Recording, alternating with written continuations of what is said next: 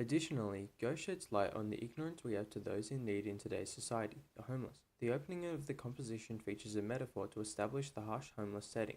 We are the ghosts of the midway. This metaphor and the inclusive language invites the viewer to empathize with the perplexing characters. It connotes an image of these people being present but not actually existing, which is a confronting concept. The anomaly in human behavior is highlighted in the third section of the verse. The lyrics of this section read, "Fighting for your attention, begging for your generosity, looking up just to see you turn your cheek on me. You walk on by like I'm invisible, invisible. All I want is to be seen as an equal." The diction of the phrases "turn your cheek on me" and "like I'm invisible" expose the ignorant behavior and lack of sympathy towards homeless people that is all too common in today's society.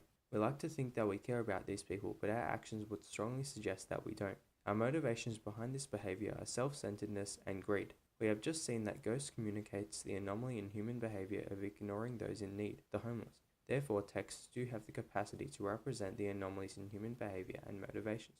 Secondly, Ghost explores the idea of appearance and deception in relation to the homeless. The second half of the chorus criticizes this anomaly in human behavior. It reads, "Pass judgment on me as you walk. Picture perfect ain't my obsession. You can't sum up my life from a first impression. Learn your lesson." The rhyming of the words obsession, impression, and lesson, as well as the highly direct tone of the last two lines, emphasizes the paradoxical nature of making judgments based on a first impression. The physical appearance of homeless people may be unappealing and even unsettling, but until we get to know them, we don't know what their situations have been in the past.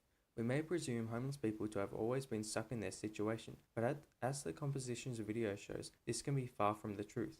The use of text on a cardboard sign being held by a young man in a wheelchair says, "Iraq War Vet, please help." This strongly challenges assumptions that homeless people have always been stuck in their situation, as it shows that this man was once in a war zone fighting for his country.